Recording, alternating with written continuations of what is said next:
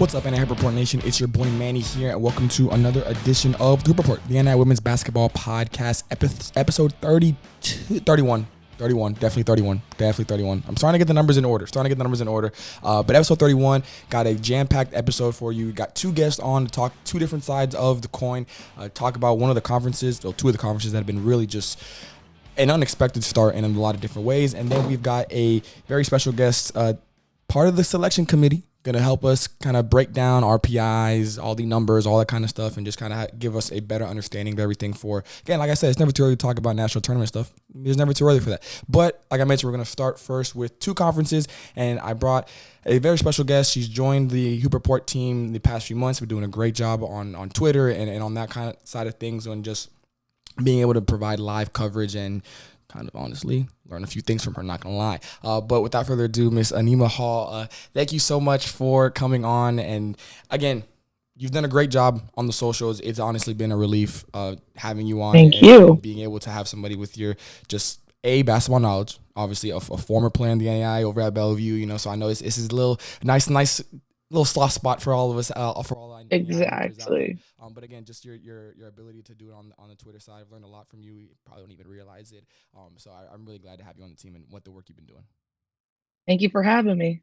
Super excited to talk some NAIA women hoops today. Absolutely. So like I mentioned, we're going to talk about two conferences. So obviously, Nema being a Bellevue alum, makes sense for me to give her the frontier to kind of cover and be on the day-to-day stuff. She also just covered the Red River. So those are kind of her two conferences that she's been focused on. But we're going to talk about the Red River, we're going to talk about the Frontier, and we're also going to talk about the GPAC, because those two conferences out west have had a very interesting start. And we're going to start with the Frontier, your neck of the woods. The standings as of right now when we're recording this go Dakota State, Montana Tech, MSU Northern, Providence, Rocky Mountain, Carroll, Bellevue, Valley City, Montana Western, and then Bismarck, Dickinson, and Mayville State. Obviously, first time that the conference has had this many teams. I talked about it in the summer of I'm excited to see what's going to happen. And we can kind of start there real quick. Obviously, this is your first time on the pod. Going to give you a little bit of freedom here to kind of just give us your initial reactions to the joining of the two conferences, what was the North Star and the Frontier, and kind of what you thought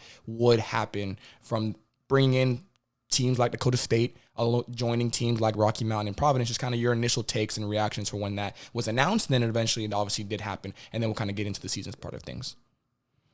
Yeah, when it was announced, I was finishing out my senior year, so for me, I was just lucky because I wouldn't have to do all the travel to Montana, because the travel to North Dakota was enough for me.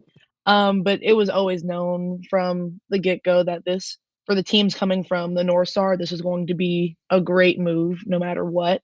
There's more bids. The North Star only really had one bid into the national tournament. So now going into the Frontier, there's really a chance of honestly 4 to 5 teams from that conference ending up in the national tournament. So it was always just a good opportunity for my Bellevue girls that now have always struggled in the North Star, kind of getting that second team in. We've had it years before where Mayville was in the national poll last year and the year before, and they were somehow able to get their way in.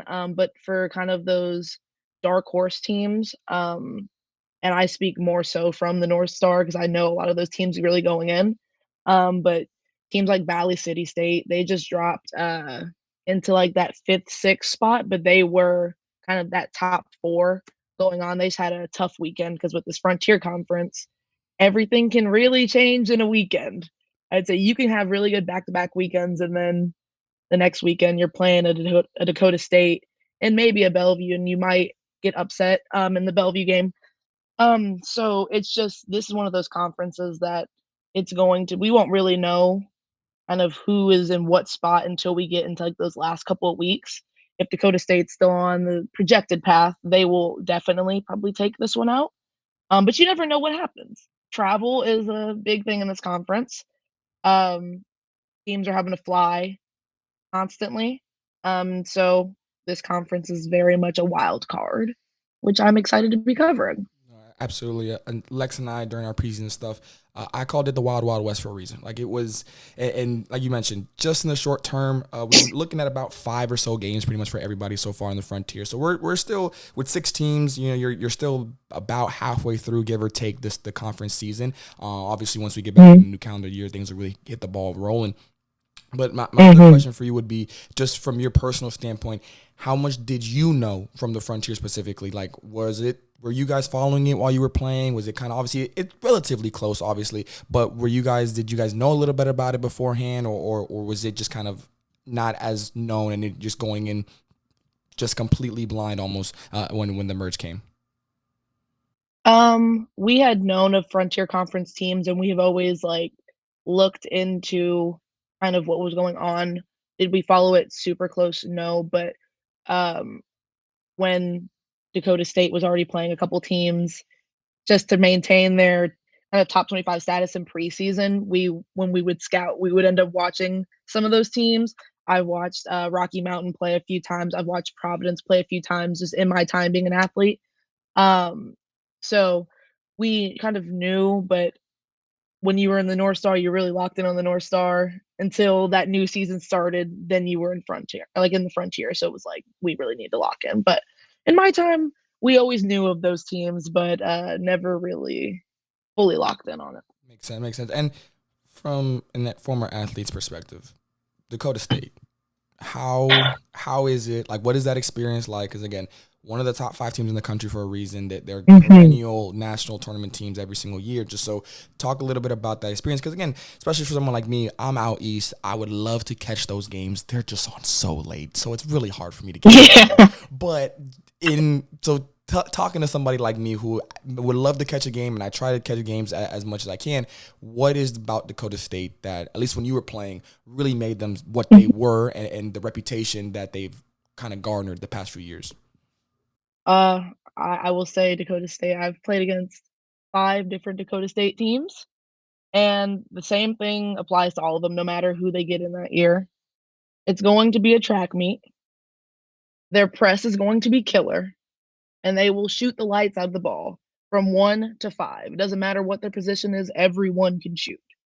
Um, that press I will describe as, I have always had to tell, my teammates and now former players at Bellevue, when they want advice and we talk about it, I say, it's almost like there's 8 people on the floor when they're pressing you.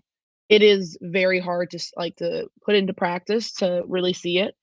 And you really don't understand how well they play and how it really works until you experience it yourself. Because on film, you can scout it as much as you want and you can put the points down, but they're just a gamer squad, really. Like, they are just there to win games. Like, they got heart and they know how to pull out games, and they could be down by 15-20 and still come back. Like, we saw it in the Dort game, down, and within 4 minutes, now we have us a real game. Um, so it's very much, playing against Dakota State is a test of your mental toughness for sure.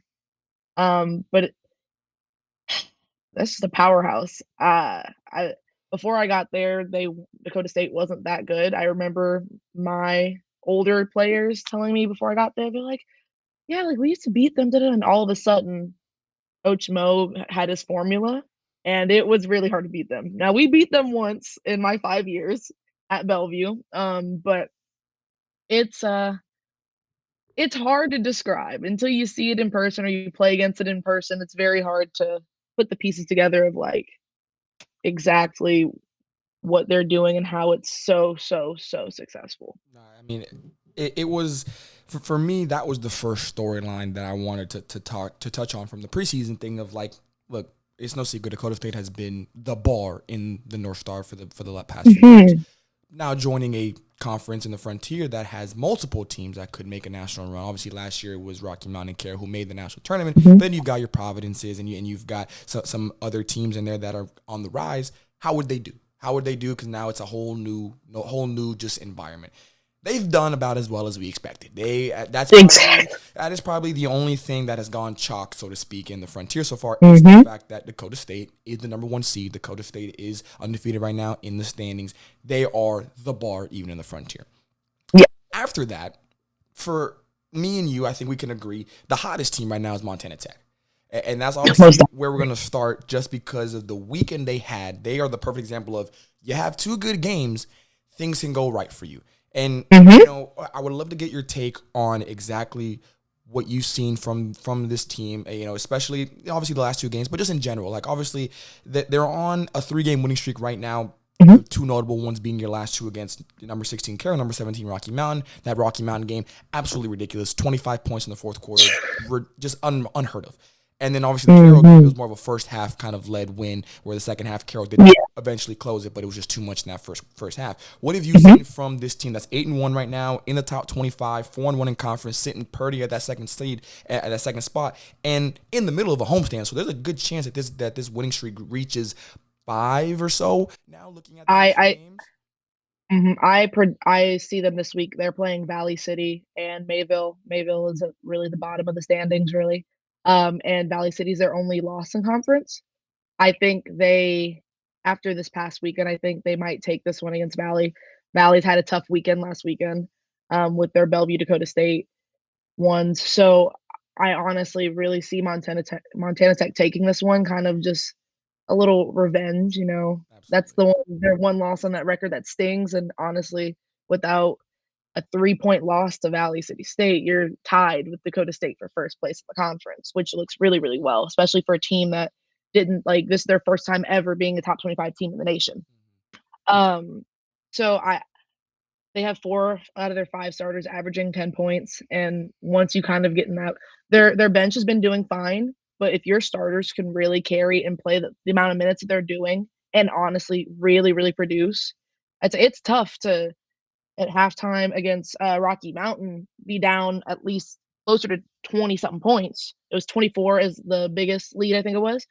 Um, it's hard to do that and then on the road or wherever, come back and win it. And it was just so defensively hold a team to single digits in the fourth.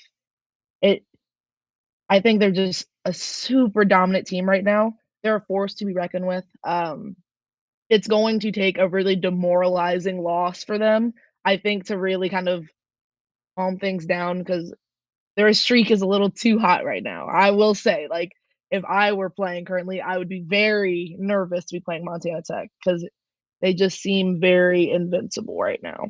No, and obviously we're gonna talk about the next few games because we got to do look ahead, and I will say, we wouldn't be doing our job if we didn't paint the whole picture. In that Rocky Mountain game, Rocky Mountain specifically did have some injuries, in the middle of the game. They lost some Yes, so that's most definitely. to throw into it, but that's nothing to take away from Montana Tech because injuries, okay, that happens, but that doesn't mean that you're going to only score 4 points. It doesn't mean that you're going to give up 25. And I was watching that game, kind of had it in the background while I was doing other work. Just one of those games, like you said, it was a blowout. I was fully expecting just to have it on, kind of look up, check, all right, see the score, go back to my business. Third quarter started, it was about 20 points. Okay, the game 15, now we're looking a little different. I look back up, it's at 12. I said, okay, well, now if we get to 10. Yeah, then we have a game for real. And before I blinked, I see a fast break going the other way, and Montana Tech is tied. I said, okay, guys, where did we go wrong? Literally, me and my girlfriend just watched the rest of that game the rest of the time because the last 3 minutes was surreal. It was actually impressive to watch. So it was insane. There is a lot of the Rocky Mountain side of things. There were some other things that played into it, but you got to credit, and kind of that's what I have for me. When you look at the streak, the stats don't really paint a picture of a dominant team because they're actually averaging less points in these 3 games than they are in the season, and they're giving up more points in these 3 games than they are in the season. But it goes to show that this team might be the perfect example of just a momentum team. And from playing what we both have played at the college level, to where if the team gets confident, they get a streak, they get a couple games where they're feeling good about themselves, and they're at home to add insult to injury. They're playing out of body. Now I like to say they're playing out of character. They just start doing things they're not supposed to. Do you think that is the biggest strength that this team has right now? It is the mental side of things. It is the reputation of everybody that plays Montana Tech understands they're on one right now. They're on 3 the stretches. They're the hottest team in the frontier. Like, is that where their strength lies? It's not really an X's and O's thing. It's just up here, they feel like they can, like you said, be invincible and no one can beat them. Yeah, I 100% agree with that. I'd say it's kind of demoralizing when you go into scout and you look and you have to watch footage from the last few games this weekend. Game against Carroll, not so much because it was really a first half win, but you have to watch the last 6 minutes of the game against Rocky Mountain, and you're seeing the squad that's down and they're just picking pockets. Like, it's hard. You can't put that into a scouting report like, "Hey, no matter what, how many points are down, they're probably gonna pick your pockets, and they're gonna go for everything." Like, when you have a team that's playing this gritty and this carefree, really, there's not much you can really say except for, "We have a game plan, whatever that may be. We have to stick to it, and the outcome that happens, happens." But when you have a team that is playing with a head full of steam, it's very, very hard to stop. No, yeah, and like you said, it really is just going to come down to which we both know, and I'm sure they know, the coaching staff, the players, to some degree, you're going to come back down to earth. Like we would all love to say, like, Oh, hey, yeah. for the next rest of the season, but basketball's a long season. It's too much time. There's the Christmas break coming up, which Mhm. we know is going to cool some people off and all that kind of stuff. So we know they're going to come back down to earth. So I think the biggest thing that we're kind of monitoring is when they do come back down to earth, how far are they coming back down? Are they going to stay? And obviously we'll talk about at the end of this episode when we talk about the GPAC as well. Like standings wise, they've proven to me like second seed is completely within the realm of possibilities. Like I don't really Yes. see why we couldn't talk about that. Now at the same time, I could also see them going about 4 or 5. Like obviously they have completely been a playoff team. Like we know they're gonna be the playoffs no matter what. It's just a Yes, matter they of they're will. gonna end up into it. Like they definitely earn that respect.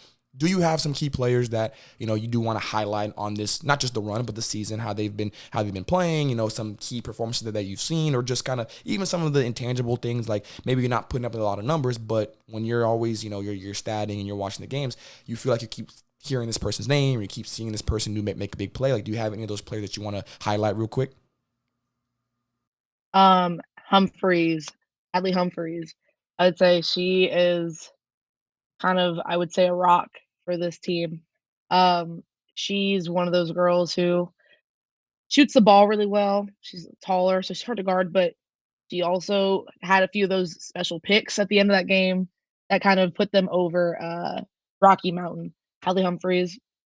I'm I'm watching her a little bit. I would say I'm still getting super comfortable into some of these frontier teams that have been around, but she is a tough 6 foot forward to I would be nervous to play against her. I would say No, I was a absolutely. good forward, I think, but she is a tough cookie. No, yeah, she's definitely been, again, she's definitely my first But one to be able to have to. She's a first page scout player. Like she's gonna be at the top of everybody's scouting report, no matter what the number of players are on there. She's gonna be number one, and for a good reason. Averaging 11 points a game, 7 rebounds, almost 8 rebounds, pretty much flirting with a double double any given night. Both obviously first on her team. 6 double figure scoring games in this 3-game winning streak. She scored double figures in all 3 of them. She's putting up 13, almost 14 yep. points per game in that stretch. Like she's just, the stat sheet's longer than Chick-fil-A line. We could keep going on and on and on. It's just how it works. 3 double doubles on the season as well. She's been the catalyst. She has been, like you said, the rock for this Yes. team. I also do want to highlight Brooke Badovich. She was obviously our player of the game from that Montana Yes. Tech, Tech Rocky Mountain game. 11 points per game. And I don't want to mention it, but I feel like I have to. But if I do, and it doesn't, and it ends, I'm sorry. She's 21 for 21 on the free throw line right now. The girl hasn't missed. The girl hasn't missed from the charity stripe. I'm sorry, Brooke. If the next game, now if we can make it past the next game, I think it's not me anymore. It's not me anymore. I'm sorry to say. But if the next Exactly. game, it ends, I'll put that one on me. I'm sorry. All right, that was on me. But she's also shooting very well from the field, 43% from the field. Another, you mentioned pickpocket. She's leading the team right now in steals, both on ball, off ball, being able to be a two-way threat for this team. And then you even mentioned a Hallie Haber, a Liv Wagner, who's averaging 20 points combined. You mentioned 4 players. Those are the 4 players that have really been the offensive engine. Before we kind of move over to their schedule, it's no team in the country, as we saw this past weekend with the number 1 team in the country, is unbeatable. Even a team that's on a winning streak, like they are, in this case, Montana Tech, there are some holes, there are some things that we could address. If you had to say whether you were a coach back at Bellevue or whether you were a coach for somebody else that you're playing against Montana Tech coming up here in a few weeks, home or away, what would be that one thing on the scouting report that you give to your players that say, hey, this is one of the best teams in the country right now, but if we can exploit this, if we can do this, if we can do this a little bit better, then we're going to have a good chance of putting ourselves in position to win? Or is it just one of those things where you play your game and you let like you say, you let the chips fall where they may after the 40 minutes? I think because we are talking about this hot streak, I think you really have to lock in on what you as a program want to do, but what could really help is if you kind of make them scoring in the paint very difficult. You might have to, I don't want to say we do Detroit Pistons and we make it like extremely physical, crazy, crazy physical. We lay people out, but you kind of have to make people earn their points on the inside. I feel like if you can kind of shut down that inside play a little bit more, and you're not going to completely shut it down, but you take away, I would say, 10 to 12 points on the inside, I would say you might have yourself a good game. But it's really, I'm a firm believer on if you have a system that works for you, you do that system. I would say that's what Valley City State's gonna do when they play them this weekend. And Valley City State, it has won them games. It has also lost them games. Dakota State's the same way. They play their system no matter who they play. I think if your system works, you stick with it, and then you can review after the fact.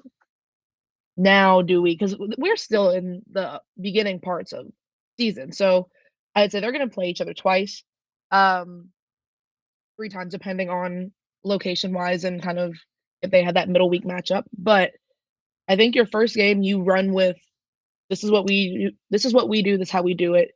Your second and third game, if you have that, that's when you kinda have to start thinking, "What do we do best, and how can we cancel out what they do best?" Absolutely. But I would say if you take away that inside scoring, it helps And on some that of it. point, before we head over to the schedules, if you look, I mean, like I said, I have the Frontier stats brought up here. Montana Tech, in terms of the season, they've been a pretty above average offense. But when we look at their 3-point shooting, they're sixth right now in the conference. They're literally in the middle at about 30% per game. So like you said, if you can take away some of the inside game, if you can make it a little bit harder, then it makes them have to rely more on the 3 ball. And now we're looking at a different ball game, because I will say, and to your point, a lot of that run, especially in that Rocky Mountain game, it felt like it was more transition and inside the paint. I did Yes. not really see too many 3 balls. And but then we look at the other side of No. it. Momentum affects your jumper. You feel good. Now, Oh, for I sure. have been on the other side. I'm sure you have too. Of on the scouting report, she hasn't hit a 3 all season, but now they're on a run and she wants to start hitting 3 out of nowhere. And now we're looking at really. So who knows? But this Montana Tech team has Exactly. definitely on one heck of a run, and we're only at midway point so much of conference play. Talked about their schedule. This is the next few games that they have up. Obviously, you mentioned the Valley City Avenge game, the revenge game, so to speak, that is going to be coming up. I think it'll be a really good game. Then they've got Bismarck State, who has proven to be playing game spoilers. Obviously, they beat Rocky Mountain earlier this year, so they can do that. After that, you've got Providence and MSU Northern, and then you get to Dakota State for the first time on the road. I see that as the next game for being an underdog. So before that, we've got 4 games that I think Montana Tech should be favorites in. How comfortable are you saying Montana Tech on a scale of, if I gave you 2 options, either Montana Tech goes into that Dakota State game on a winning streak of, we'll go the full 4 games, so that they'd be going on a 7-game winning streak going into that game. If I told you it was either that or them going into that game having dropped 1 or more of those next 4, where would you fall on that spectrum? Are you leaning more towards they're going to ride this momentum all the way to 7 games and going to Dakota State on really good energy and really good vibes, or do one of these teams have it in them to drop the game? Remember, Valley City and Bismarck will be at home. Providence and MSU Northern will be on the road, so that does, I do think, play a factor in it. But where would you fall on those 2 options? I'm leaning more so you drop 1. Do you feel which one though? Like, can you give me which one, or is it just one of those things where like winning 7 in a row is just really hard to do in the Frontier? It's more so it's just in this conference winning 7 in a row games, is tough, especially if we're going off of, we've talked about kind of they're not doing anything spectacular, so to say, not to discredit what's going on. They're just winning games because 'cause they're just winners. But eventually, like, shooting 30% from the 3, it's gonna bite you in the butt. It's not ideal. Um, I I think the gas is just gonna kind of run out of the tank a little bit. I hope they surprise me. I That would be great. If they can go into Dakota State with a 7-game win streak, I think that puts a little fear in Dakota State's eyes because they now see in their eyes, like, real competition because 'cause they're neck and neck in standings. Um but 7-0 in this, like 7 in a row in this conference, I feel is very, very tough. No, absolutely. And I do side with you. I will even say I'm looking specifically at that Providence or MSU Northern game just because it is on the road. If it was at home, I could see Exactly. it being a little bit more. But my thing is, I could see them getting these next two at home to round out the 5-game homestand and really. Most And you also got to definitely. credit, like you mentioned, you got to win at home. Like those are the games when you get a 5-game Yes. home stretch like you have right now. You got to take advantage of that. Like you want to go 4, Mhm. you want to go above 500 in the Yes. game. So you kind of they're doing what they're supposed to be doing. It's after that. Like once you get back on that road, how are you ready for that? It's one thing when you're on that comeback against Rocky Mountain or you're having a great first half against Carroll. You got the fans behind you, the crowd behind you, like everybody's rooting for you. Now you're in hostile territory. How do you respond? How do you respond?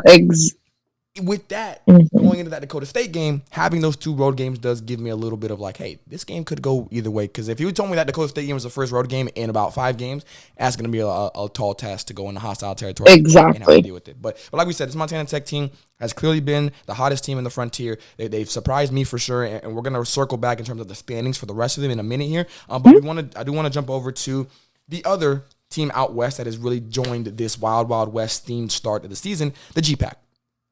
In the GPAC, the standings right now, Concordia sits at first, Dordt, Hastings, Dakota Wesleyan, Briarcliff, Morningside, Mount Mary, Northwestern, College of St. Mary, Don, and Midland to round out the standings. Obviously, we are recording this Wednesday night, so there are some games being played right now. We're not going to touch on those as obviously they're going on right now, so we're going into this pre-Wednesday games.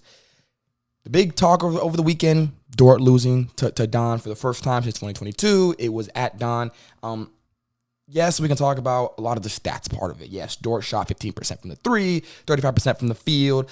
Don shot 40% from the field, 20% from 3. Macy Severs only had 7 points. Like we can deep dive into all those stats. But my question for you is, what does the loss mean in terms of things? Because if we were to kind of reflect it or mirror it into the Frontier, it's if Dakota State had lost to a team down in the bottom of the standings, that how would we feel about that? So how do you feel about the GPAC right now after Dordt losing it? And mind you, they could have dropped 2. Like we can't overlook that. I've been talking about that Northwestern game, a Macy Severs game winner away from Northwestern forcing overtime, and now we're talking about extra basketball and anything could happen in those extra 5 minutes. So what do you think this Dordt loss really does mean in the totality aspect of the GPAC and what it could mean moving forward for the next few weeks? Even when you mentioned Dordt being number 2 in the GPAC, that is just like in my brain, like, whoa, it's crazy if that's even a possibility right now. I think, I honestly think this loss against Doan, it kind of shows a chink in the defender's armor. That was a little punny little defender's joke. Um, I just really think they're going through a shooting slump right now. And it to me, it's I can't say that this is like really like, oh my gosh, is this Dort's time? Like, is this where it happens? Because we have to look at the last 2 national championship teams from Dort had 2 losses. Last year, one of those 2 losses was to South Dakota State. I think and in both those losses, they were on the road. I think this is just kind of how you build a champion. I think this is just one of those games that's going to fuel them into kind of going back into dominating play. But to people who are playing Dort, this is a really good time to kind of steal one because they just are not shooting well from 3 at all. Um, they shot 15% from 3 against Doan. Against Briarcliff, they shot 16%, and then they shot 18% against Briarcliff and 16% against Hastings. That's their last 3 games. Um, I think if you are coming up and you're playing Dort, it looks really good for you right now if they continue to sit on this shooting slump. But flip that coin over, you don't want to be that team where they finally start hitting threes again. Um, so I don't think kind of this is very exciting for teams that are playing Dort in the future because you can kind of see that there is a weakness, and if you can steal that second loss from them now, this is the time to do it because I honestly, with how dominant this defenders program has always been, once they get back on this win streak, it's going to be probably beginning of February till there's a loss. Like end of GPAC play, there might be another loss, maybe end of January. Somewhere in that realm will be where the next loss lies, unless someone kind of strikes now while the iron's hot. But I don't think this loss is anything more than just kind of like a learning experience, and I kind of feel bad for whoever Dort's playing next because they're gonna be coming out with a vengeance. They might not be shooting as many threes, um, but it's I would not wanna be in that situation. And I think the next game, if I remember correctly, is going to be Dakota Wesleyan tonight. So I think we do have Danny on that one, kind of covering it. That's going to be a really good game, and like you mentioned, that could very well be another Dort loss just because of the slump. And then you talk about Dakota Wesleyan, who's had some really good. They're coming off a really good win from Concordia. Obviously, that Mhm. we'll talk about that. The Bulldogs, who've had probably the hottest start in the GPAC as well. I mean, could definitely say for the Montana Tech of the GPAC has been Concordia. You're number one in the conference. You're one of Mhm. only 7 teams putting up 90 plus points per game. Like they've clearly found something and then just ride it up from unranked to number. I think in the top 15, now in the top 10, the Bulldogs have been Mhm. probably the hottest team maybe even in the I country. think they're 9. So exactly. So to be in that argument, and like you said, to be the number one team above Dort right now in terms of GPAC play is very impressive. We talked about the Dort loss, and we don't want to discredit anything that the Tigers did because they still had to go out and win that game. Like you still got to go out and beat Dort. Oh, yeah. Because at the end of the day, and this just goes with really good teams. No matter how bad really good teams or elite teams, really, because that's what Dort is, play, they still had the ball in the hands of Macy Sievers, the chance to take the lead, and they did it. A beautiful, when I say Mhm. beautiful, I think that is the most beautiful ATO end of game situation that the Tigers could have drawn up. You couldn't have asked for a better look, side out. That's what you practice all those special situations for in practice. That's what you practice all the 2 seconds left in Mhm. practice. Like that's why we do that. So credit to the program for just executing in that moment because it could have been Oh, yeah. so easy for the Tigers to say, we had them. We let it slip through our fingers. Yeah, we got 2 seconds, but like, Mhm. do we really have it? No, they locked in. They went to the huddle. You credit the coaching staff for making them believe that, hey, we still have it. Like, don't worry about it. We're gonna be fine. Force overtime, and then obviously at that point it was all Tigers through that game. The last thing we'll talk about here before we pass it over to myself and our special guest here, the upsets in both these conferences are why I wanted to touch on them. Kind of, this is our first real episode. We're focusing on a specific conference or two throughout these couple weeks here. Been kind of more of a general aspect of things.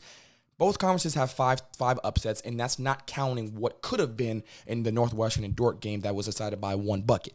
For the Frontier, we've got MSU Northern over Providence. Now, when we say upset, we're talking about in terms of top 25.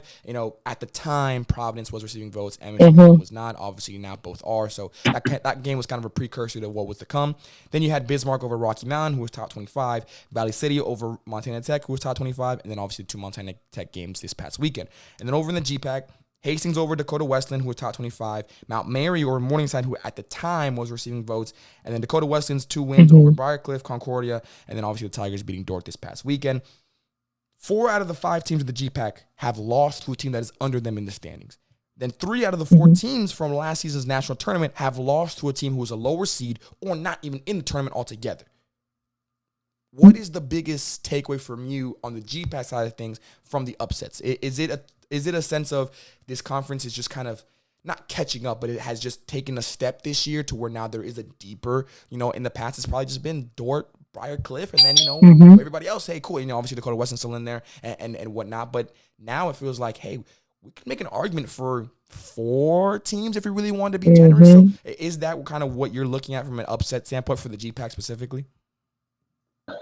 Yeah, I would say the GPAC is just one of those it's always been kind of one of those conferences that, um, I you're part if you're a team part of this conference, you have, like, this gold standard, I feel, and it doesn't matter if you are the bottom of the standings, middle of the pack, like, every one of those teams is good in some regard and at something. I feel it it's just not Dort's world anymore. Like, there are other teams that are now kind of and it's in the 5 years that because 'cause I've had to play against plenty of GPAC teams, um, like Morningside, now it's not really kind of ideal where they're at right now. I feel like Morningside is a program you can never count out.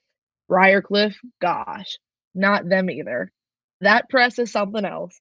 Um, Dakota Wesleyan, you gotta play at the Corn Palace. I would say that is, first of all, the craziest place I've ever played in my life. That's definitely a bucket list for me to get out there. It's definitely a bucket list for me to get out there. Between the final site in Iowa and Sioux City and the Corn Palace, just off the name alone, I definitely need to get out there. It's very different. There's corn everywhere, literally. But like, it is just Hastings to go play at Hastings. Like, in the past couple of years with Hastings, how they've kind of grown as a program, I feel there is just more. And Concordia's always been Concordia. I will say Concordia. They've had some I want to say valleys or whatever, but now they're back to being what Concordia to me has always been. Um, I think just people have really stepped up their play into a different caliber that now allows them to really kind of, no matter who it is, upset anyone on any given day. And then we head over to the Frontier. 2 of the top 20 teams in the country in terms of ranking are below 2 receiving votes teams. And then you look at the fact that the 2 teams that made the national tournament last year would not be hosting an opening round in the conference tournament if they don't do the buys. Because obviously, and I'm sure you can speak on it a little bit, typically, when you have a bigger conference, you're not going to go more than 8 teams, make your postseason. That's really pushing it. And then at that point, you're talking about maybe buys, whatever. But in this world, we're going to say that the number 1 seed doesn't get a buy. So that means 1 and 8, 2, 7, like we always do. That means that Rocky Mountain and Carroll, who were national tournament teams last year in a pretty decent seeding like that, they were not just one of the last 4 in. They were in there pretty comfortably. They would not be hosting a conference tournament game in the first round, and then would have to be playing on the road the rest of the way, assuming no upsets along that way. So for the Frontier, what's the upset reasons? I mean, obviously we can point to the new teams, but to be honest with you, it's really just Dakota State was in the Frontier at the top. The next 2 to 6 really is a Frontier focus or Frontier team. So where would you say the upset has been the biggest, not shock, but the biggest takeaways for you in this conference specifically? Of there are receiving votes teams that come next polls might be taking the spots of some of these top 25 teams.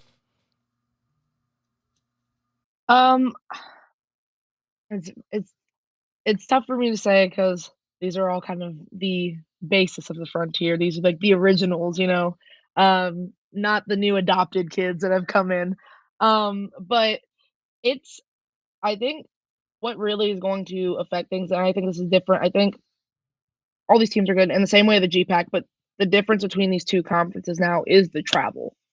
I think, and you're playing back-to-back games, Friday, Saturdays, and travel. I think it really, like, if you're one of those top leading teams, you have to basically go and win majority of your home games, if not all of them, for the rest of the conference season. And you gotta, if you can, any of these teams, if you can go at least 75% in winning in your away games, it kind of puts you in a good position. But since we are so early on, I think some of our teams that are going to be dropping a little bit lower in our standings, who are kind of ranked, it's tough to say, but I think the travel is going to affect a lot of teams once they start, because a lot of these games so far have been more so you have played teams that were kind of in your past conference. We've seen Dakota State really play a lot of the old North Star teams. And that's nothing like that schedule, it's very reminiscent of years past. And it's, oh, okay, this is normal. Like, this is what you're expected to do in this conference. Well, now when we start getting into these next few weeks, when teams have to travel states away, take a plane here, do this, it's going to depend on whose rosters are more mentally tough and who can handle that travel. Because it's a different type of travel when you got to fly and go play a game. Most conferences don't have to do that. So it's just who's the mentally tougher team at the end of the day that I think will kind of start to round things out. Because we are very early on, and I feel like there's going to be plenty of more upsets that will kind of, once we start seeing those upsets happen and the travel take a toll on some people, it'll really be telling of who I want to say the top teams are. Dakota State right now will be a top team in my mind.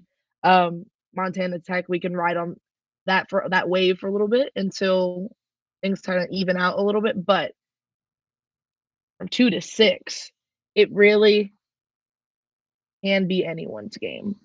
I think it's definitely a good point on the travel thing because you are right. Like when you look at even Montana Tech's schedule, we talk about this 3-game winning streak. It's been on previous Frontier teams for the most part, and then the next two, Valley City, Bismarck. I remember correctly. I'm pretty sure Valley City was that a Frontier team last year. Or was that a North Star team? North Star. So that might be your so you're rounding back to your North Star game, and then you look at the next 3. I mean, the next 4 games, you got a pretty even amount. So like you said, now we're starting to get the merger part of it, and I can attest to the travel part of it because down here in the sun, every team is in Florida except for coastal, and that's the trip that we got to make every year, and that's a trip that yes, it's a bus ride. We don't take a plane, but you gotta plan for leaving a day earlier. You gotta practice up there. Yep. You gotta find ways, make sure that the girls are eating and stuff like that. Like it does. Now you add in planes. We've all had our fair share of plane stories from whether when we were playing, I would say, travel to the point that we're playing in college. We've all had our fair share of those stories and stuff. So I do think that's a good point of the travel aspect. The last thing here, which conference to you has had the crazier start? Which conference to you are you looking at and saying, this is really what I was not expecting out of these two specifically because of X, Y, and Z? I am going to stick with my conference, the Frontier. I think you look at your standings right now, and you have receiving vote teams above number 15 Rocky Mountain. That alone is insane to think of. They're also above 16 Carroll. Like when you have your receiving vote teams above your ranked teams in your conference, I think that kind of grabs everyone's attention of like, oh, what is going on over here? I think the crazy cool thing with the GPAC is just the Dort loss and Concordia taking over. I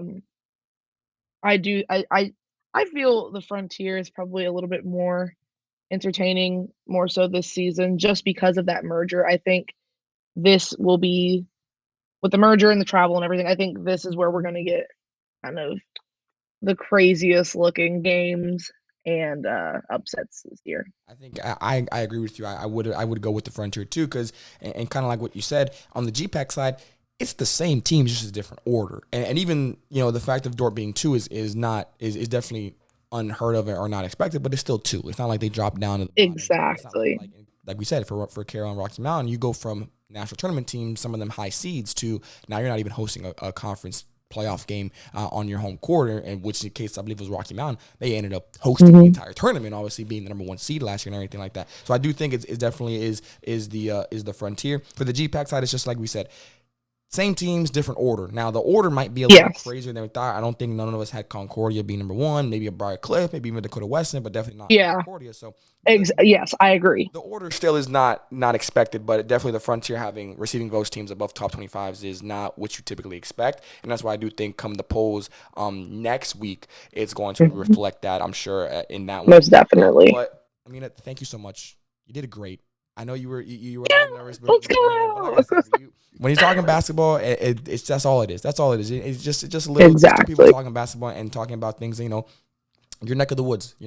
You still got ties back there. I know you check in every now and then. I know you go back over there and just watch and have fun and like you said, talk to the ladies that are still playing their stuff. So I appreciate you coming on. I appreciate all the work you've been doing. I can't wait to have you back on again because, like you said, you're in charge of the Frontier. So I'm sure we're going to be seeing a lot of you the next couple of weeks as you get into the calendar and get into the crux of conference play. But I appreciate it. And make sure you guys don't go anywhere as I'm going to throw it over now to myself and my guest that we'll talk about RPIs, national tournament stuff, and all those type of things. Appreciate y'all for tuning in. Back now for second part of episode 31 for the Hoop Report, the NAIA Women's Basketball Podcast. Just talked with Amaya. It was a great just touching on a crazy western side of the NAIA with the Frontier and the GPAC and all that kind of stuff. But now we're going to touch into, like I said before, it's never too early to talk about national tournament stuff. That's what we're doing for. So I'm very fortunate and very blessed and with the pleasure to have brought on Mr. Marcus Moeller, who is going to be kind of breaking it down for us when we talk about what the heck does RPI mean? What is the significance of it? How does it affect everything else? And then a few other things with the selection process. Marcus has been a part of the committee, the chair of the committee for the past 6 years.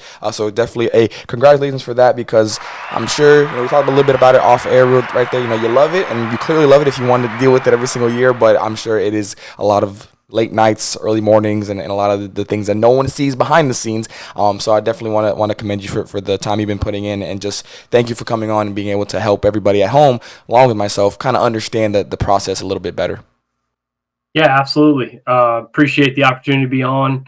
And yeah, just look forward to trying to educate the best I can, answer any helpful questions, and maybe it'll be a couple chances throughout the year to check in and just kind of talk through where we're at in the process. Sounds like a plan to me. And I'll start right there. Just give the people at home just kind of a quick description, a quick breakdown of what your role is and what the just overarching job you have when it comes towards the selection committee and then national tournament and all that kind of stuff.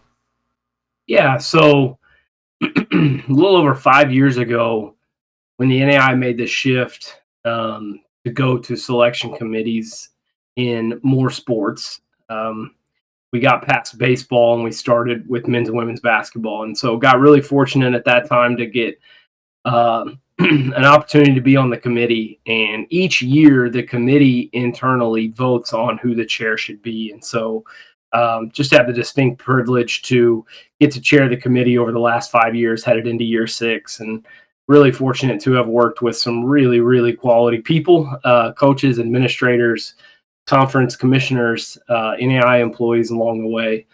And so my job is to really try to kind of steer the ship throughout the year, so that when we walk in the room for a day and a half of in-person selection committee process, where we determine the at-large field, we determine the seedings and who's playing who and where they're playing, that the process throughout the previous couple months has prepared us to be in that room and make those decisions. And so I kind of view my role as mostly that. I ask a lot of questions in the role that I have. I don't give a lot of answers, at least to our committee. I just think my role is a whole lot more try to set them up for success. Always willing to answer as many questions externally from outside the committee as possible. I think one of the areas that we've had a lot of success is that we have created a lot of transparency about the process, and we don't feel like there's anything to hide. And so if there's nothing to hide, then why can we not share what's going on? And so we have tried extensively to do that. But internally, I feel like my job is to help those 12 people work throughout the year to know the teams as well as we can, to stick to the stated criteria that we have, so that when we get in the room and the auto bids have been handed out, that we know the process that we need to go through to get the at-large teams in the field and then seeded and then placed on the bracket and all of that. What has been, you talked about, the past 5 years and now the past 2 years, counting this year, obviously with the addition of RPIs, ARC, and all that kind of stuff.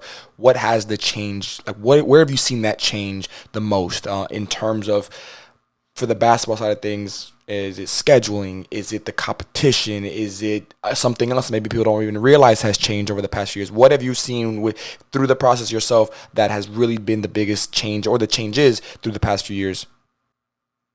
Yeah, I mean, I think big picture, one of the biggest changes is that your resume is what determines your place in the field.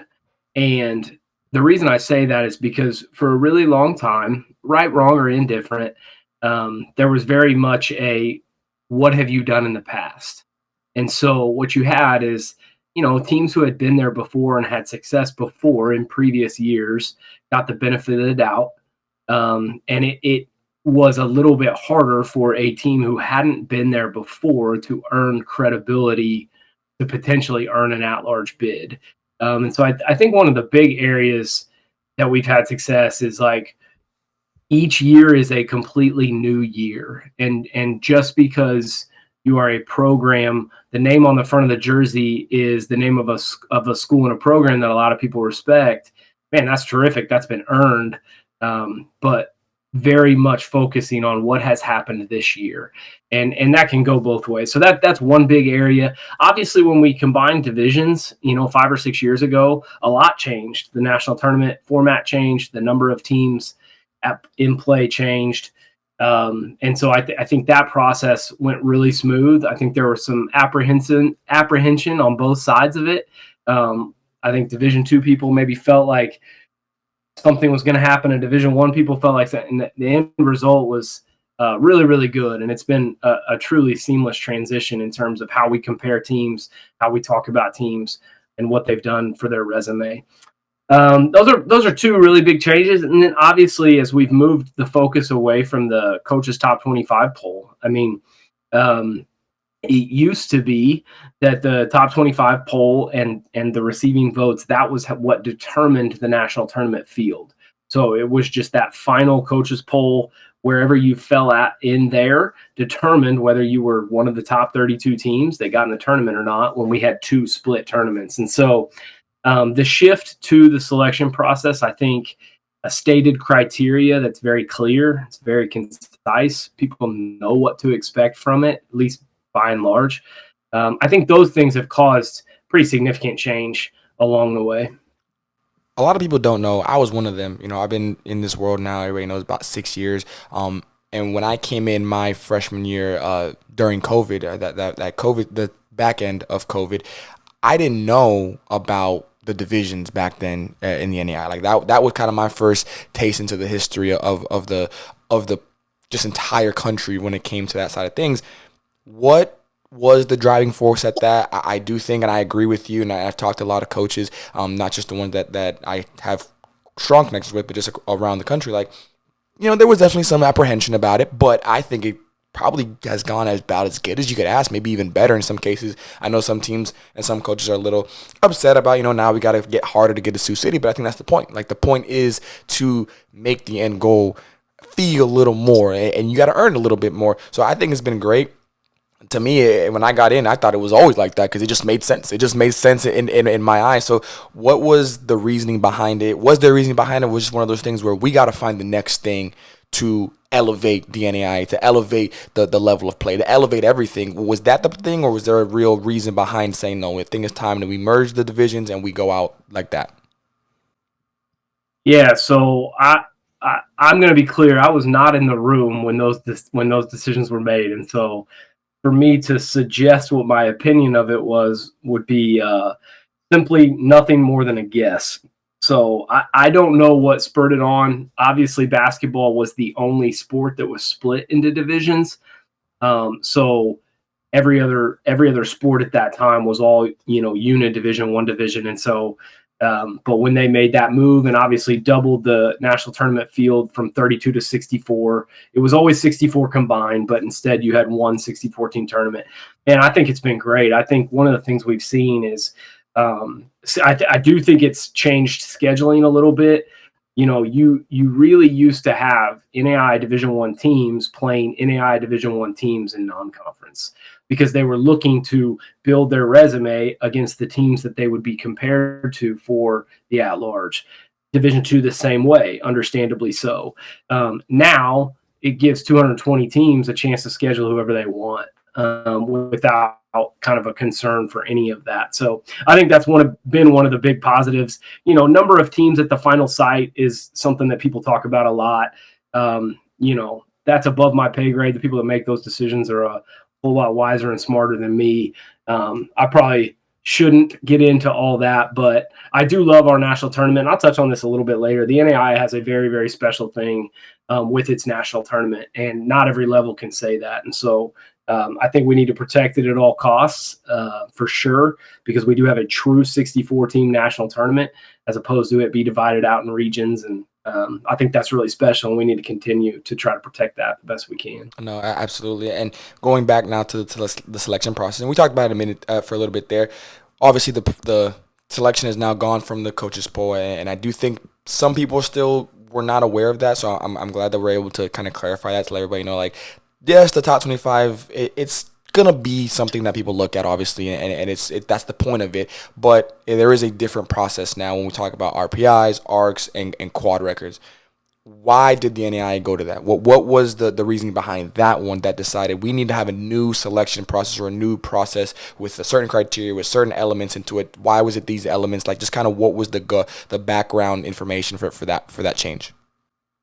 Yeah, I mean, I think anytime you're trying to create a criteria for selection, you're really trying to create what gives us the best chance to compare teams and evaluate teams who may not play each other.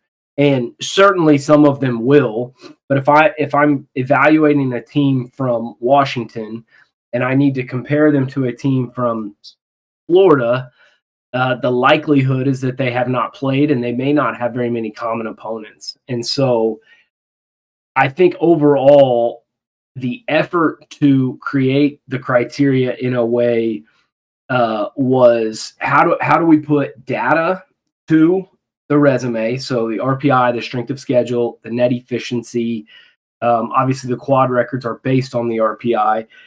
In large part, that is, man, what exists and who is using what to determine their national tournament fields that gives us something to hold on to, that is not just narrative based, that is not just opinion based, something objective that can compare schedules, that can compare records. And so that's the first piece, is there's got to be some form of an objective piece to the criteria. The second piece of that is how do we mesh that with what our eyes tell us? And so one of the common questions we get every year is, man, is it eye test or is it the data? Like, I would be a millionaire if I got paid for every time we get asked that question, or even the insinuation of that question. And the answer, unfortunately, is yes. It's both. And I think if we do our job well, it's okay, there are holes in the data. Like the RPI is extremely helpful. The strength of schedule is extremely helpful. The net efficiency is extremely helpful, but it only tells us a portion of the story. And so the other piece of that is we have to use that and use, man, what do our eyes tell us? The truth is everybody watches the game of basketball with a bias. And usually when we talk about bias, we think like, well, you're biased to your school, your conference, your area, the teams you see. And while there is opportunity for that, there's also biases in terms of, the way I view somebody who plays zone versus man, somebody who presses versus who doesn't, somebody who has a tall lineup, who has a short lineup. And so, man, we learn a lot by talking to coaches. We learn a lot by watching film. All of that, like, can tell us about teams, but it is an incomplete picture, just like the data is. And so our job is to try to put the two together and do the best we can with the combination of what our eyes tell us and what the criteria, the data tells us, to go, okay, who are these teams? And when we compare them, what are we comparing? And so I think the effort and the move that direction, Manny, was really like very much an effort to go, okay, how do we put a stated criteria that gives us the fence posts and the benchmarks for what we are asking the committee to do, as opposed to, hey, get in a room and hash out your opinions, tell a bunch of stories about the bus trip on the snow and what time the game was played and who got injured and the shot clock not working. Like, let's take all of that and also have like very objective data to match it with. And I just think over time, it's not perfect. We don't get it 100% right every year. But I do think over time, as we slightly tweak and sharpen the criteria that we have, I do think it's headed in a really good way. I also think it gives us the ability to answer questions. When a coach says, hey, why'd we get left out? Man, a hard pill to swallow is somebody to say, man, I don't know, like, we just think that other team is better than you. Like our subjective opinion is. Now, when we get asked those questions, we have a set of criteria where we can say, hey, there's 6 primary criteria, and they beat you in 4 of those 6 categories. When we go to the secondary criteria, there's 4 of those, and they beat you in 3 out of 4. So those types of things, I think, really provides a very healthy base for how we evaluate teams, how we compare teams, and ultimately what we're trying to do is get the best at-large teams in the field the best that we can. Absolutely, and obviously we'll touch on each one: RPIs, ARCs, quads, all that kind of stuff. But real quick, just so everybody at home has an idea of the formula, so to speak, and again the overarching part of it. Would you say when people talk about resume, would you say that is taking into account RPI, ARC, and quad, or is that a part of it? Is resume kind of the one word that you would use to describe all of this, or is that a actual factor or a actual part of the process for selecting these teams? Yeah, good question. So when I say resume, I mean the accumulation of a team's criteria. So underneath a team's resume is essentially every game they've played. So at the end of the season, a team's resume is the culmination of every game they've played. So what that means in the criteria world is the first six are the primary criteria. So those are win percentage, RPI, strength of schedule, net efficiency, your quad records, and then where you fall in the arc. And those six are the primary criteria. And those are the first six things that the committee is evaluating about every team. And the secondary criteria includes your record against the RPI top 50, head-to-head if those exist, your conference record if you're being compared to another team in your conference, and then common opponents. And so those four kind of fall in secondary criteria. We spend the large bulk of our time in the primary criteria. We have six very clearly stated criteria that more often than not can help us as we try to decipher between teams. But yes, all of that makes up a team's resume. And then when it comes to the RPIs, the ARCs, the quads, what part of those gets the most questions? Like what is those out of those three, what is it that has been not confusing, but just what has been the one that has confused the most when it comes to coaches, whether a fan, whatever the case may be? Like what do you think of those three has been the hardest ones for them to get a full grasp on? Not to say that it is confusing, just that maybe it hasn't really clicked the way that we would like it to, for whatever reason.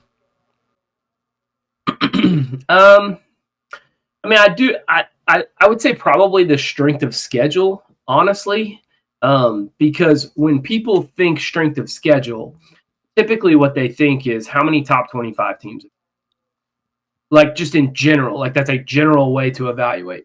But the strength of schedule is, obviously it's 2/3 your opponent's win percentage, like your opponent's records. And I think sometimes it's depending on what part of the country you're from, or if you're trying to evaluate a team from another part of the country and you don't know the teams that they play, your perception of a team that they play compared to what that team's record might be off. And so we've had some confusion with the strength of schedule. Like, hey, explain to me, I thought we'd played a great schedule, or we tried to play a great schedule in the non-conference, but the number next to our SOS is not as high as we want it to be. Explain that to me. Some of that exists in the RPI also, just with it being basically a three parts: your own personal win percentage, your opponent's win percentage, and then your opponent's win percentage. And so, I do think there's been some confusion in that. Just try to understand how those things are calculated, and in comparison to when I see strength of schedule, I just think, well, have you played top 25 teams? And obviously, that those two things are not the same. In terms of the ARCs, it's really the ARC process is kind of a broken down process of the selection committee. So it's the first layer. So when the selection committee meets starting mid-January, every 2 weeks, right after each ARC committee meets, the first thing we do is talk through, okay, explain to me the order of the teams in your ARC, and what types of questions came up about each team, why this team over this team. The ARCs are really designed to be using the selection criteria just the same way that the selection committee does. Again, for it to kind of be the first layer of the selection process. The coaches in that area should be the experts in their conference, in their area, and be able to give the selection committee just a really clear picture of, hey, these 3 or 4 conferences, this is how these teams lay out in terms of the selection criteria. When you're looking at, and we'll focus on the RPIs first because obviously those just came out this past Monday and they're going to come out again next Monday. What was your initial reaction to them? What was your biggest takeaway? And then what can you explain about the RPI? Because I had done an episode earlier this week that dropped, just kind of giving the people a crash course on the stuff that I knew and the stuff that I was hearing about and those type of things. There are some changes obviously to the RPI that I'm sure you'll get into in a moment here. But the biggest thing I told people, RPI will change week to week, month to month, whatever the case may be, because it's not like you're a top 25. It's going off of other things. Just because you're going to have maybe a good RPI at the beginning of the year because you have a lot of non-conference schedules, games where top 25 teams, quad one games, whatever the case may be. But then, if we're being honest, if your conference just isn't as strong as some of these other conferences, now your RPI is going to take a little bit of a hit, understandably so. So just kind of explain to the people at home what the RPI process is and why it is the first of these three to drop to kind of give it a little bit of breathing room before we get to the arcs and the quads in January. Yeah. So I'll explain it a little bit first, and then I'll just kind of give you some of my initial first reactions. So the RPI is designed to be based on the schedule you've played. How have you performed against the schedule you've played? So it is made up. 30% of the RPI is your win percentage. So how did I play in those games? 50% is your opponent's win percentage, and then 20% is your opponent's win percentage.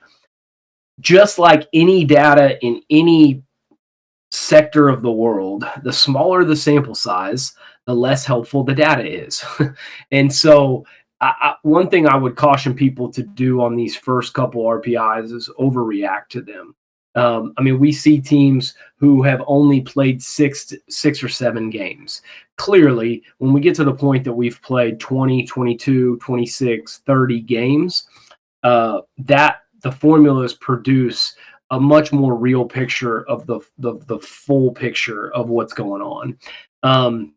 I do think, I do think the RPI is really helpful to just give a snapshot. But one of the other things I would caution people on is we have 6 primary criteria. The RPI is just one of them. And we have been asked to use each 6 of those equally and separately. And so I think at times the heavy publicity and weight and talk about the RPI and SOS, which is really, really good and is necessary, it needs to be educated. At times, I think it can come off like those are the 2 most important things. They do matter. They're primary criteria for a reason, but they are just 2 of 6 of the primary criteria. And so, yeah, that's a couple things I would say. I think early in the season, your RPI is pretty much dictated by the records of your opponents because there's so few games included. And so you can, there's a couple teams that stick out who have 4 losses or 5 losses, but their RPIs are still like top 40, top 50. And if you look at their opponent's win percentage, they've played teams who have a winning percentage of, 67% or higher.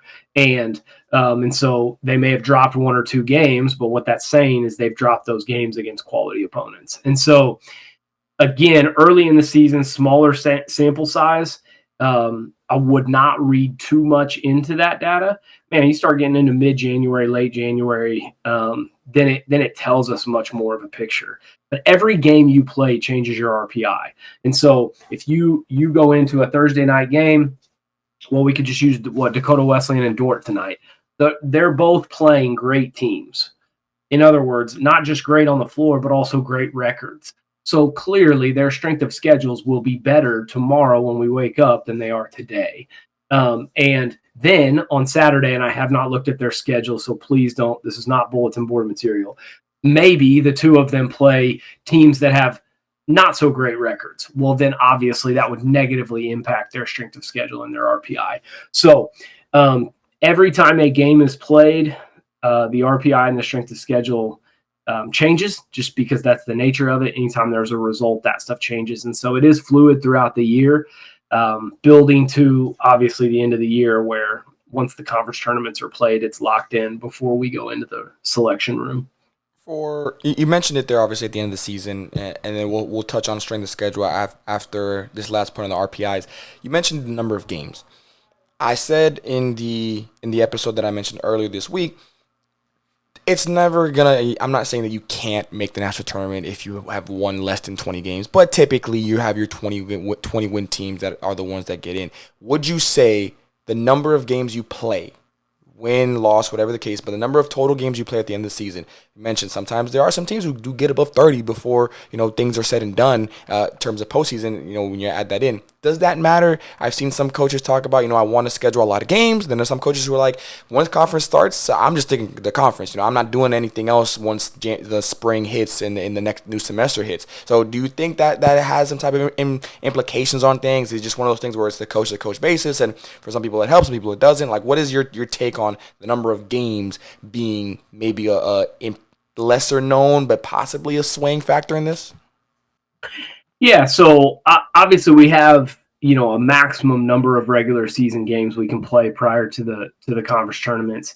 In an ideal world, from the committee's standpoint, just if I'm being totally transparent, every team in the country would play 28 games, and all 28 games would be against NAIA opponents. I know that's never going to happen, but in terms of comparing teams, man, it would be great if our sample size and our data was exactly the same across the board. Listen, based on budgets and other things at the small college level, we have had some years where teams have played less than 28.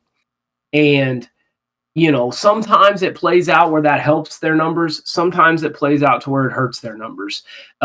Here's what I would say. It just depends on who you play when you play. So if you are playing teams with good records, clearly it's going to help your RPI strength of schedule. If you're playing teams with bad records, then it's going to hurt your RPI and strength of schedule. Differently, of course, it'll hurt your strength of schedule more because in terms of the RPI, you can improve it by winning games.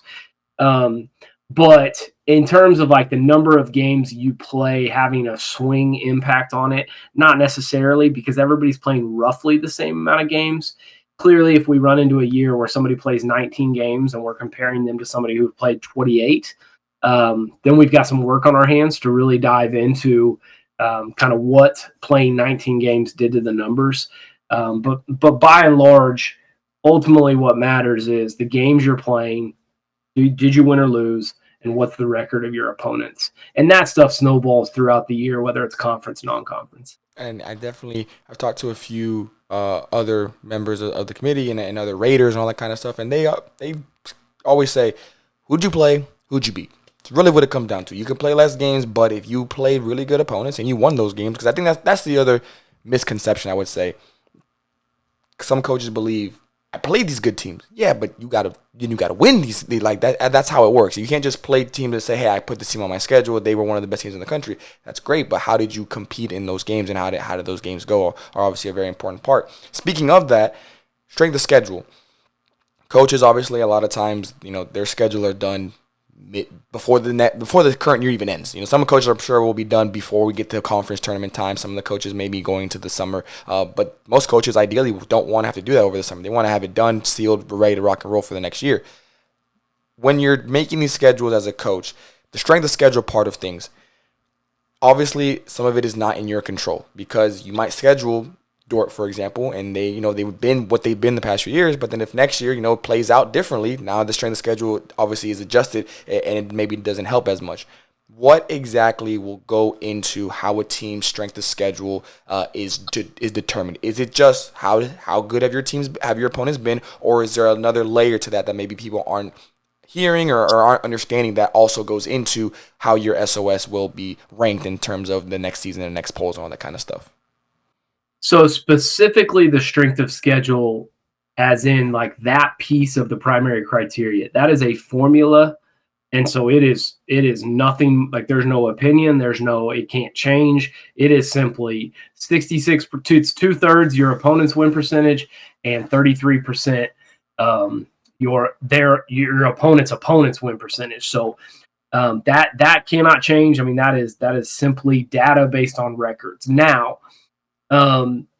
in terms of creating a strength of schedule, I think the add-on to that is quality wins. So like the add-on to, well, what if our strength of schedule is middling because the bottom half of our schedule, even though we played some good teams, the bottom half of our schedule has such bad records that it's dragging our strength of schedule down. I think that's where your record against the RPI top 50, I know it's secondary criteria, but it at least says, how did you perform against the RPI top 50? If we dive into the quad records, the RPI of your opponent and the location of the game determines if that game or that win or loss is a quad 1, quad 2, quad 3, or quad 4. And so what we've tried to do, because the old way of determining quality wins was, what was your record against the what was your record against the coach's top 25? And what was your record against the coach's receiving votes? Well, when we took the top 25 and the coaches poll out of the criteria, what was lacking was, okay, we have RPI, we have strength of schedule, but how are we determining quality wins? And so using the same language and a similar methodology to our friends in the NCAA, one of our committee members kind of came up with the idea of the quad records. And what this was really a way for us to go, what is a quality win? Because my personal opinion of a quality win, it's really easy. We can all agree, okay, if you beat one of the 10 best teams in the country, that's a no-brainer quality win. But we have 220 teams, and we have a lot of parity in the middle of the NAIA. So how do we classify a win as quality, and how does somebody on the East Coast know if somebody on the West Coast winning a game is a quality win or a quality loss or whatever? So that's how we ended up with the quad records. And that's how we ended up with kind of another layer of, man, where can we find a way to give credit for quality wins? And that's kind of what birthed the quad records and it coming into the primary criteria. And I'm glad you mentioned it, because that was kind of where I was going with the next. The quad records, I think, are really important. And for me, I think it's my favorite in the sense of how it's viewed, because like you mentioned, it does break it down to what is a quality win. Like you said, it's easy when it's one of the top teams, but in that middle, like you mentioned, even, we've seen Dort just lost this past weekend. We've seen in the Frontiers, a lot of upsets have happened. We've seen so many different things already, and we haven't really gotten into the thick of it when we get to these Christmas games or holiday games where you see a lot more non-conference matchups. For the quads, I have it here. It says quad 1 would be one, again, obviously the RPI rankings, 1 through 45, 45, 50. I know you mentioned 50 as well. Home. That means, and again, correct me if I'm wrong, this is more so for everybody at home to understand. If I'm playing a Dort, for example, and I'm playing them at their place, that home meaning they're the home team, that is a quad one game? So not exactly. So a home game would be a game in your own gym. Okay. So if I am hosting, and we'll just use Dort because you said it, and they're the number one RPI. If I'm hosting Dort in my home gym because they fall 1 to 45, that is a quad 1 game. If that game is played on a neutral court, then it's 1 to 55. If that game is played on the road, it's 1 to 65. So I play the RPI 63rd team, and I play them in my gym. That is a quad 2 game, because playing at home is different than playing on the road. It's a very simple concept. It's just a way to put some numbers to a simple concept. However, if you go play the 63rd RPI team on the road at their place, a little more difficult to play on the road, obviously, especially in conference, how well teams know each other and all of that. That becomes a quad 1 game, because 1 to 65 on the road is a quad 1 game. One of the things I would just add, Manny, is that okay, so it's the RPI of every team changes throughout the year. So let's say you play a team and they're the RPI 35, and you played them in your own gym. When you played them in your own gym, they were RPI 35. So that's a quad 1 game. Fast forward 3 months, they struggled throughout the year, didn't quite have the year they wanted. Their RPI slipped to 58.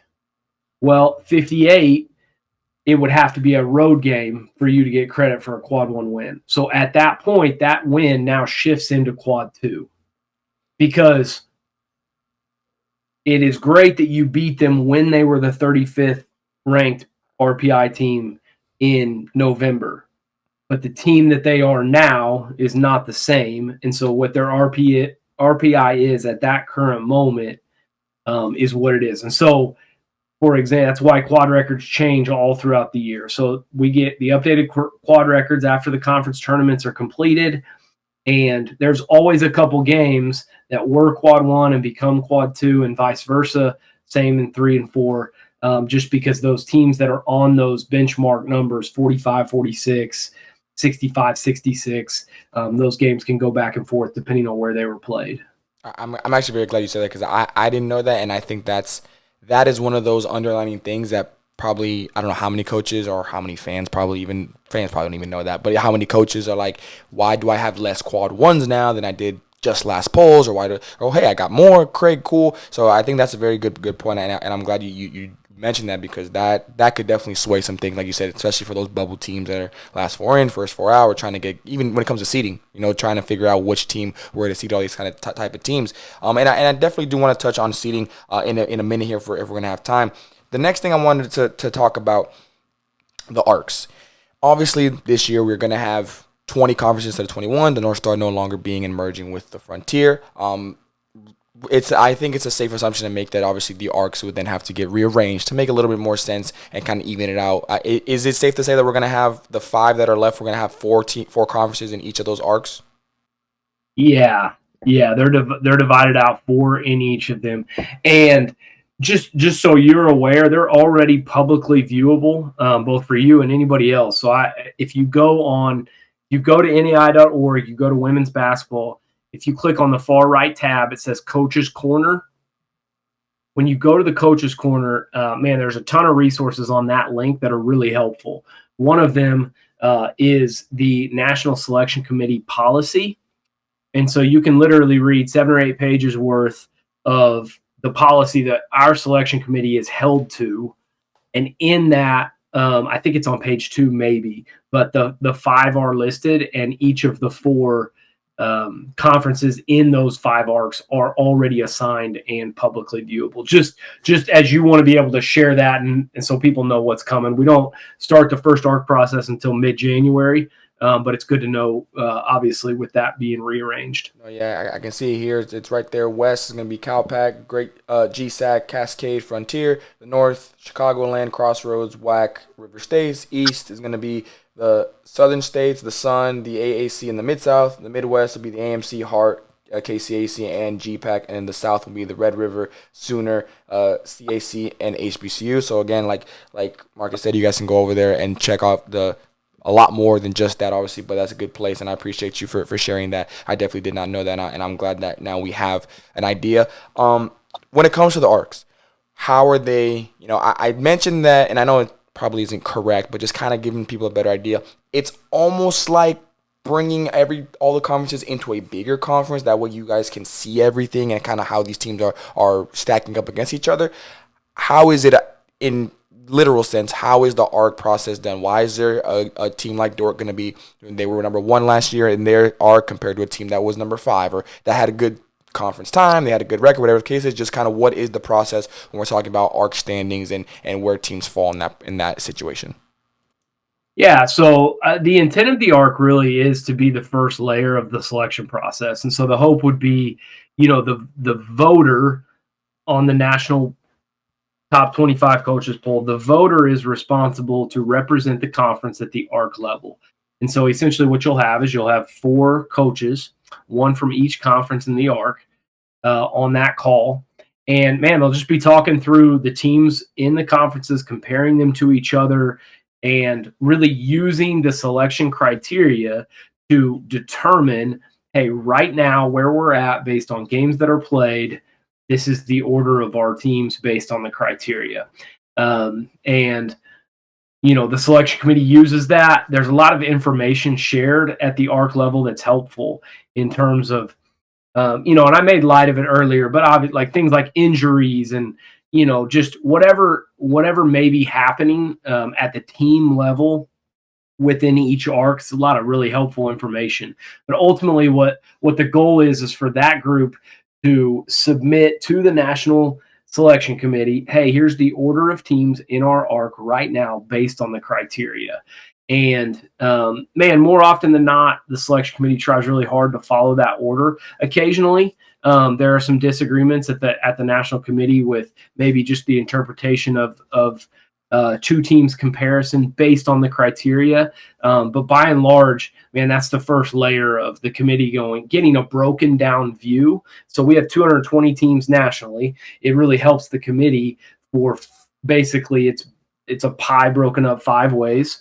And so there's a more concentrated view at the arc level on just the teams in their own arc. And so the first thing we do on our selection committee calls the day after the arcs meet is we go to that chair of that arc and we say, okay, talk us through your order.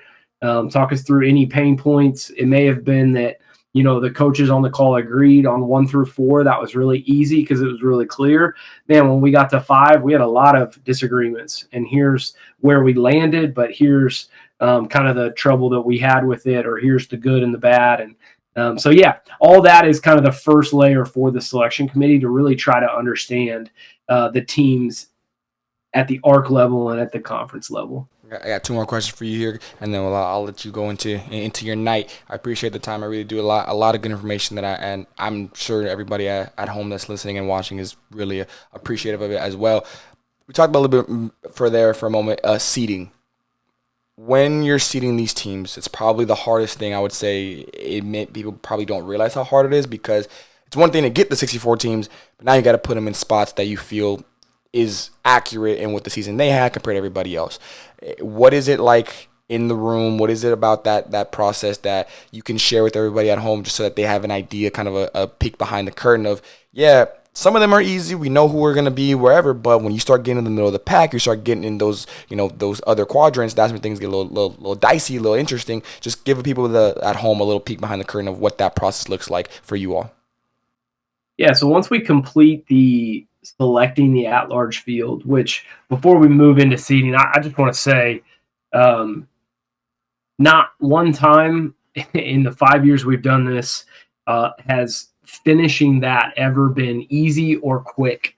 And quite honestly, like if it was easy or quick, I would probably question if we were doing a thorough enough job. The reality is that the decisions of who gets in the tournament they're critically important, and we're fully aware that there are seniors on rosters whose season is going to end with that decision, and there's seniors on the roster who are going to get to experience the national tournament with that decision. And so, one year we were down to 2 teams for 1 spot, and I think we took 97 minutes in comparing the 2 teams.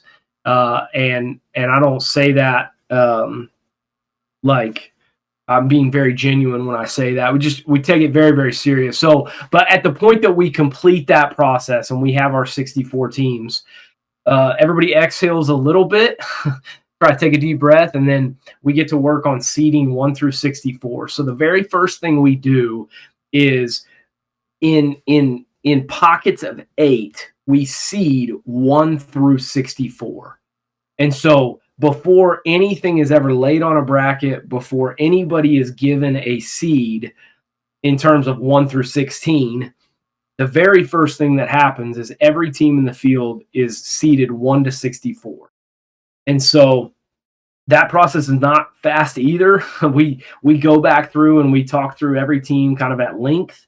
And yeah, we may know who roughly the first 5 teams are, but that doesn't do us any good because we've got to seed 1 through 8, and we've got to do that. And usually we're talking about 12 to 15 teams for the first 8 seeds. And then we do the same thing for 9 to 16, and we're usually using 12 to 16 teams to seed the next 8. And so by the time that whole process plays out, we have 1 to 64. And yeah, in an ideal world, we'd lay it on a bracket perfectly numerically, where 1 would play 64, 2 would play 63, and so on and so forth. And we'd have 4 individual quadrants of 1 verse 16 and 8 verse 9. But once we do that, the work is pretty much only starting because there's just a lot of logistics that go into preserving our national tournament, not the least of which is we don't want to send 29 teams on flights. We understand the budgets and what it takes. And like I said earlier, like I think if we do it well, we can preserve our national tournament.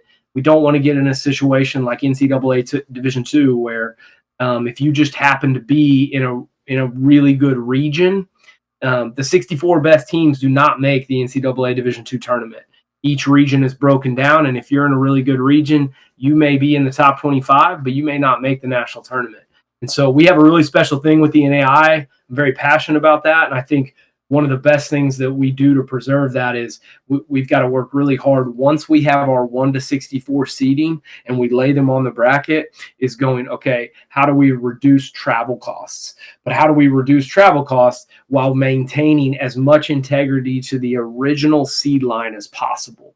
And last year, the body left the room at 10:30 p.m. It was about a 14 hour day before we started the next day. But a group of us went back to the hotel and we worked until I think I laid my head on my pillow at 4:10 a.m. last year. And I don't say that boastfully at all. Like it's that important that we do it well, that we do it with integrity, that we maintain reasonable travel costs, and that we really try hard to maintain the original seeds as best as we can. And so that's what the seeding process looks like.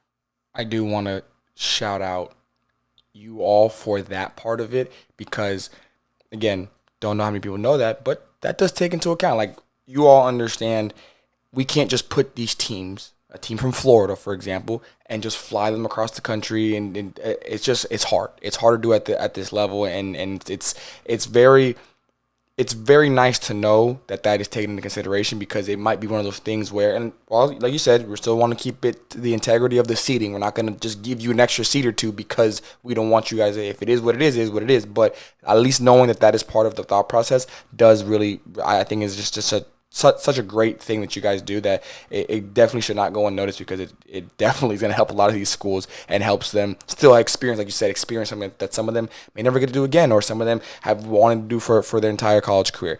The last thing I have for you, if you could give one piece of advice to the coaches that are making these schedules, to the players that are playing these games, to the fans that are watching these games, aside from obviously win, what would be that advice that you would give them in terms of best way to give yourself a great resume, best way to make your case for you all to be able to sit down in your 14-hour days in your bunkers by yourself when it's just you all for the next couple days and make this process for you guys hard, but for them, the best case scenario? What would that advice be? What would that be to try and help these teams to finally don't get the conference tournament championship, but to get that at-large bid when it's all said and done? Yeah, I mean, I think one of the things I would say is, obviously the easy answer, and this was an answer I got as a coach a long time ago, was, we'll schedule good teams and beat them. Like, that's not very helpful. Like, I think we all know, like, oh, genius thought, schedule good teams and beat them. What if it's not quite that simple? I think my advice would be this. As you look around your arc and you look around the conferences that are regionally located to you that fit your budget in whatever way, shape, or form, is playing as many NAIA opponents that are similar or slightly better than you. And so, like, I would not tell the 9th best team in a conference to go schedule 7 games against the top 5 teams in the country. To me, that is not good advice. I think what is good advice is go, okay, who are programs and teams similar to you or maybe slightly better than you as you try to progress your program to that point, that would allow you to show growth in the program, to beat teams that you are being compared to, that give you reasonable chances for quality results. And listen, even that, is not perfect advice, because it's impossible to prognosticate year over year who's going to be great. But ultimately, I would say play as many NAIA opponents as you can. I do think scheduling within your arc is good, especially with less arcs now. And yeah, if you're a top 40, if you're a top 50, RPI type team year in and year out, man, go schedule great teams and do it within your budget means and do it well, and do the best you can. But, I don't think it's as simple as go play the top 5 teams in the country and get your tail whipped. Like, I don't think that's helpful for anyone. I think it's find teams that are similar to you, that maybe make you better. I think the other thing to consider is we talk about scheduling for the national tournament a very specific way.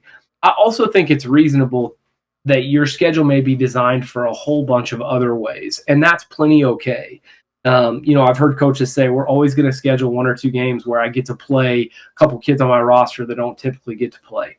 Great. That's great, scheduling methodology. But if you're asking me specifically for boosting their non-conference resumes, for this process, I would say play teams similar or slightly better than you in the conferences around you. And yeah, maybe you do schedule 1 or 2 like top 10, top 15 teams. You could never, play too many good teams. I think that's very good thing to do. But I think knowing your team well, knowing who you compete against, I think seeing multiple styles in your non-conference is good because it can prepare you for your own conference. I don't think there's a one-size-fits-all answer to scheduling. I do think knowing where you've been and where you want to be and kind of looking around your regionally located schools that are in similar boats, and man, if that's who we're being compared to, let's get on the floor and let's play. I think that's perfect advice, because that's like you said, where you've been is important and where you're trying to get to is the end goal. Even if that we all competing for conference championships, competing for that red banner, but we all know that we probably are not that at this moment. Some teams are, some teams aren't. That's fine. But once you are real about that, then you can help start the process over to get to that level. Marcus, I really appreciate the time. It was very insightful.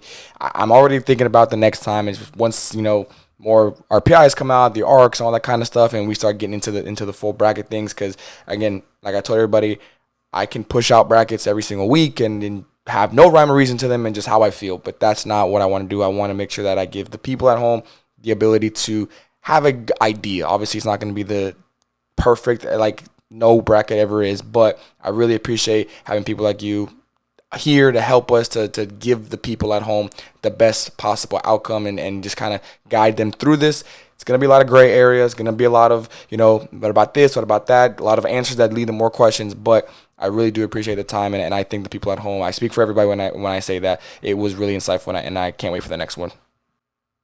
Man, I really enjoyed it, and I say this kind of every year to anybody who will listen. Right after the bracket is released, I usually spend 48 to 72 hours answering questions, and usually it's people who are passionately upset about the result, and that's completely understandable.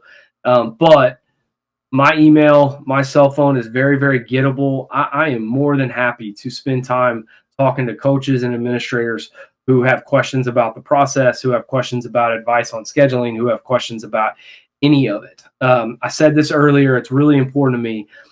We have created transparency within our process because we have nothing to hide. It doesn't mean we're perfect. Doesn't mean we're going to get everything right. But I want to answer questions directly and specifically. I don't want to say things like, yeah, the room was just split on it and it just turned out that way. No, I want to be able to give real answers. And so we've worked really hard to do that. Very thankful for our committee members. Got great humans in the room who are wearing their NAIA women's basketball hat as much as possible and not their conference hat, their school hat, their ARC hat. But Manny, I appreciate it, man. Anything I can do, please don't hesitate to reach out. Love to help you guys any way I can. I really appreciate that. That'll do it for this episode of the Hoop Report. Make sure you guys like, comment, and subscribe, and we will catch y'all next week. Peace.